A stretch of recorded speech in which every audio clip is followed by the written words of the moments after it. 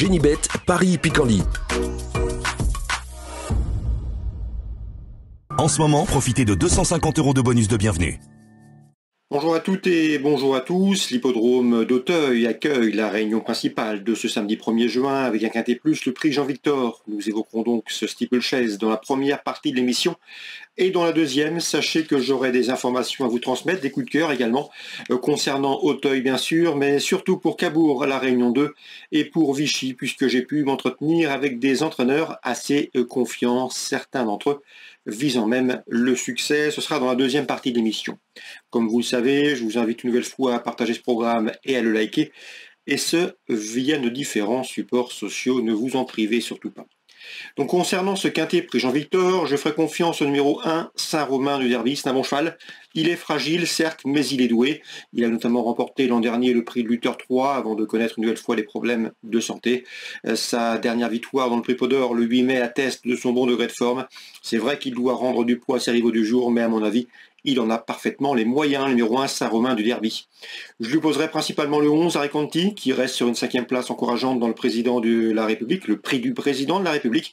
Le cheval est compétitif à cette valeur, c'est une première chance. Le numéro 6, Dantor des Obos, est également confirmé à ce niveau de compétition. 6e pour sa rentrée à Auteuil. Il a depuis pris la 2e place du prix Guillaume Javois. À noter par ailleurs qu'il a déjà gagné sur le tracé qui nous intéresse, numéro 6, Dantor des Obos. J'ai ensuite placé les deux protégés d'Arnaud Chaillet, à savoir le 8, Risque du Brisé, qui reste sur 3 places de 2e, l'une obtenue en haie, les deux autres et les plus récentes sur les steeplechase. Pour son retour à Auteuil, une confirmation est attendue. Le numéro 3, Inédit de Siergue, est tombé dernièrement dans le prix du président de la République, mais attention, ce cheval-là, à pareille époque, l'an dernier, au mois de mai et au mois de juin, avait signé 2 victoires consécutives. Il faut donc, à mon avis, le reprendre. Le numéro 16, Inzeo de Gouet, vient de prouver sa forme en se classant 2e du prix Podor dans le sillage de notre préféré Saint-Romain du Derby. Confirmation là aussi attendue, mais à mon avis, davantage pour une place. Je rachèterai également le numéro 4, Fred d'Istreval. Il a 9 ans, mais il est toujours un gambe. Il faut lui pardonner sa chute dans le prix Podor où ce jour-là, il a été victime d'une gêne. Il faut le reprendre, d'autant qu'auparavant, il avait signé un plaisant succès sur les programmes de Compiègne. Je termine avec le chevronné et confirmé à ce niveau Captain, c'est le numéro 2. Le cheval a terminé 5e du prix de Guillaume Javois, derrière notamment Dantor des Obos qu'il retrouve ici. Les espoirs de revanche sont à mon avis maigres, mais un accessite, une allocation peut lui revenir. On résume tout ça en chiffres. Le 1, à savoir Saint-Romain du Derby, le 11, Ariconti, le 6, Dantor des Obos, le 8, c'est Risque de Brisé, le 3, Inédit de Siergue, le 16, Inzeo de Gouet, le 4, Fred d'Estruval et le numéro 2, Captain. Donc un partant pourrait s'intéresser au numéro 9, Iriorana Valis. On se retrouve pour les coups de cœur. En ce moment, profitez de 250 € de bonus de bienvenue. Voici désormais mes informations et conseils de jeu pour ce programme du samedi 1er juin. J'aurai tout d'abord 3 coups de cœur pour Auteuil, réunion principale, réunion 1. À commencer par le 504, Calandra, qui à mon avis coche pas mal de cases. Elle est en forme, elle est confirmée dans le handicap, elle vient de prouver sa condition physique en se classant 2e du prix Goualès de Mésobran. Les pistes assouplies ne la dérangent pas et elle n'affronte ici que les juments. 504, Calandra. Le 701, Cadeau de l'Est, m'avait bien plu en plat et pour ses débuts sous obstacle, il s'est classé 2e sur les Palois cet hiver. Même s'il effectue une rentrée, il peut frapper fort d'entrée de jeu. 701, Cadeau de l'Est. Je termine avec le 802, Sissi du Ménil, qui a bien fait sur le steeplechase de Compiègne 2e et qui a gagné depuis sur celui d'Auteuil le 8 mai.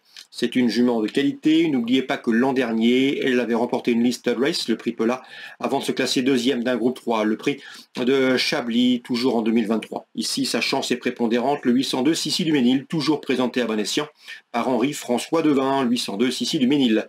On peut lui adjoindre éventuellement le numéro 4, Royal Saga, pour sa forme, pour sa régularité et pour sa chance théorique dans ce lot. 802, 804. On arrive maintenant à Cabourg, la Réunion 2. Dans la 3e, j'aime beaucoup le 306 Inès d'Hermès, qui revient entre montées avec des ambitions, d'autant qu'Inès d'Hermès sera pieds nus pour l'occasion. Elle est désormais sous la férule de James Le Bouteiller. On peut lui adjoindre le numéro 13, Yosco de Cordray, qui est le plus riche de la course, qui sera pieds nus, qui reste sur 2 places de 3e dans la discipline du trop monté. Concernant la 5e, j'ai pu discuter avec Benoît Carpentier. Il est relativement confiant avec le 513 Just Minelli, qui a déjà signé 3 victoires en 2024, alors qu'il n'avait encore jamais gagné auparavant au cours de sa carrière. Le 513 devrait pouvoir confirmer ses bonnes valeurs de cette année, d'autant que ça cheval dur à l'effort. L'entraîneur est relativement optimiste. On peut lui associer le 17, Just Pacha, qui reste également sur une victoire autre-montée, et le numéro 11, dans cette épreuve, Jet de Ravari, qui lui a signé 2 succès autre-montée lors de ses 2 derniers parcours. Dans la 6e, je vous recommande le 604 Cador d'Ourville. Il a joué de malchance dernièrement, il a été gêné à 250 mètres du poteau sur l'hippodrome de Mellet. Auparavant, le cheval avait signé 2 bonnes places de 2e à Bordeaux et à Cholet. Ici, l'engagement est favorable.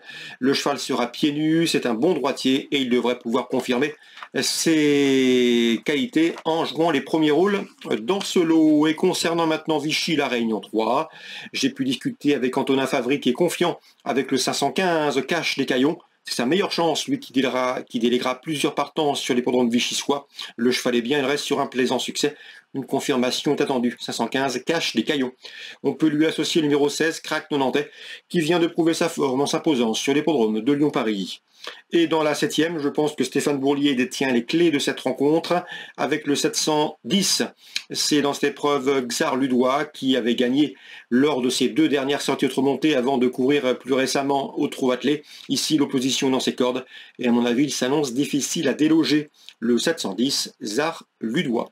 On peut lui associer le 713 dans sa preuve Kéops Ludois, qui avait gagné également sous la selle lors de son avant-dernière sortie à Agen, avant de terminer 5e plus récemment à Caen, dans un lot de meilleure facture. Donc attention de protéger le Stéphane Bourlier dans la 7e, le 710 et le 713.